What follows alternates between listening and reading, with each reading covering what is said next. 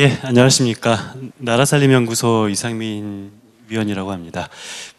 저는 전체 총론을 한 15분 정도 말씀드리도록 하겠습니다. 예, 올해 첫 새 정부가 들어섰죠. 새 정부가 들어서서 첫 번째 예산안을 편성을 했습니다. 지금 내년도 예산안이 첫 정부의 첫 예산안이라고 지금 발표가 됐고요. 국회에 이미 제출이 된 상태입니다. 그래서 새로운 정부의 새로운 예산안이니까 우리가 굉장히 좀 기대도 많았던 그런 정부기도 하고요. 그래서 얼마나 많은 예산 개혁이 이루어졌을까라는 그런 기대도 마찬가지로 하고 있습니다. 정부 주장에 따르면은 굉장히 많은 예산 개혁이 있는 것처럼 보이기도 합니다.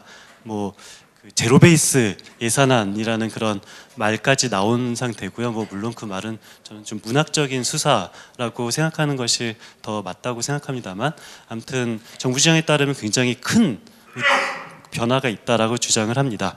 자, 어떤 변화가 있냐? 굉장한 큰 확장 예산이다라고 말을 하고요.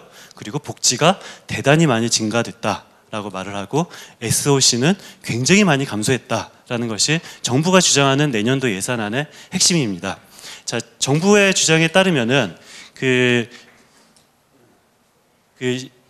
본예산 기준, 올해 본예산 기준으로 7.1% 확장된 예산안이라고 합니다. 7.1% 확장된 예산안을 본예산 기준으로 11년, 12년, 13년, 14년 증가율 그래프를 한번 그려봤는데요. 이 7.1% 확장된 것을 보면, 그래프를 보면 굉장히 큰 내년도 예산안은 대규모 확장된 예산안이라는 정부의 설명이 그럴듯해 보입니다. 그리고 복지 지출 같은 경우는 13% 증가됐다고 합니다. 130조 원이 146조 원까지 증가가 됐는데요. 13% 증가된 복지 지출은 최근 보건복지가 한 8.3%, 14년부터 18년까지 평균이 8.3% 증가된 거랑 비교를 해보면은 13% 증가된 복지 지출은 굉장히 큰 폭의 복지 지출이라는 정부 주장이 사실인 것처럼도 보입니다. 그리고 SOC는 굉장히 많이 감소됐다라고 말을 하는데요. SOC가 감소된 것은 22조 원에서 18조 원으로 감소가 됐습니다. 퍼센트로 따지면 20%나 감소가 됐고요. 그런데 14년부터 18년 동안 평균 SOC가 연간 7% 정도 감소됐으니까 20%나 감소된 것과 비교해 보면은 정부가 말하는 예산안은 크게 확대가 됐고, 복지는 크게 늘었고, SOC는 크게 감소됐다라는 그런 정부의 주장에 대한 어느 정도 논리적 근거가 있는 것처럼도 있다고도 해석할 수도 있어 보입니다. 자, 그런데 실내용으로 들어가면은 조금 정부의 주장과는 좀 다르게 해석될 수 있는 여지도 여전히 많이 있다라고 볼 수가 있습니다. 자, 실내용을 보면은 추경 기준으로 따지면은 4.6% 증가됐다는 사실을 알 수가 있는데요. 정부 주장과 이게 다른 점이 뭘까요? 다시 보면 정부 같은 경우는 본 예산 기준 7.1% 증가됐다라고 하는데, 추경 기준으로 보면은 4.6% 증가입니다. 자, 추경 기준으로 그래프를 다시 그려보면은 이 최근 11년부터 18년까지 그래프가 이렇게 그려진다는 사실을 알 수가 있고요.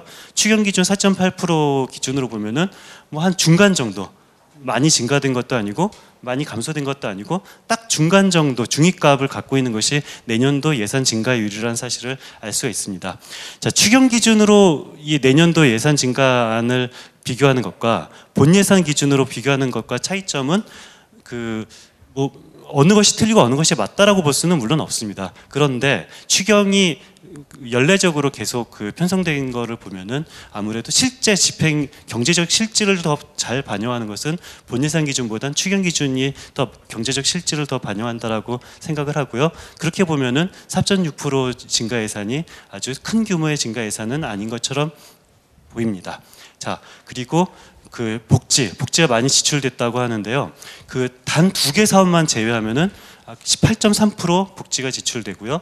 그리고 SOC가 많이 감소됐다고 하는데, 그 전에 있었던 2월액과 불용행 규모만 1.3조 원이라는 사실을 알 수가 있습니다. 이것을 감안해 보면은 SOC가 이렇게 큰 폭으로 줄었는지도 의문입니다. 자, 이 것에 대해서 조금 더 자세한 설명을 하도록 하겠습니다. 자, 이게 실제 13년 전체 13년 이게 본 예산 기준인 거고요. 13년 추경 기준입니다. 마찬가지로 15년 본 예산 기준, 15년 추경 기준, 16년 본 예산 기준, 17년 본 예산 기준, 17년 추경 기준입니다. 이것은 본 예산 기준이 아니라 110조 추경 예산으로 보면은 429조 늘어난 것은 7.1% 늘어난 것이 아니라 4.6% 늘어났다라는 해석이 가능합니다. 자, 이것은 굉장히 재미있는 부분인데요. 정부의 복지 지출은 13.5% 증가됐다라고 이 정부 예산안을 보면 나와 있는데요. 근데 이 중에서 신규 사업들이 있습니다. 신규 사업 중에서 굉장히 규모가 큰 두 개의 신규 사업이 있는데요. 일자리 안정자금이 3조 원이고 전세 임대주택 융자 자금이 3.3조 원입니다. 이 두 개만 더하면 6.3조 원인데 이 두 개만 제외하면은 17년 대비 8.3% 증가했다는 사실을 알 수가 있고요. 굉장히 공교로운 일인데요.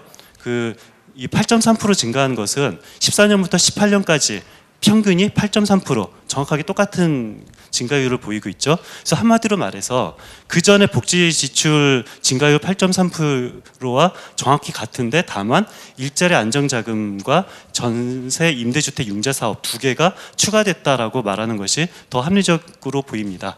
자, 일자리 안정지원자금 같은 경우는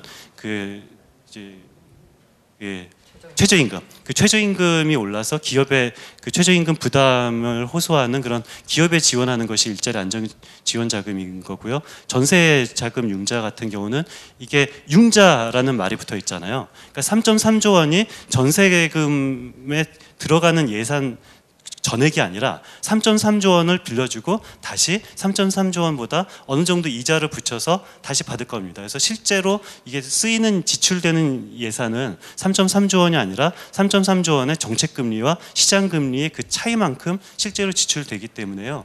이 규모는 굉장히 과장됐다라고 말할 수가 있습니다. 실제 들어가는 지출 규모는 아니죠.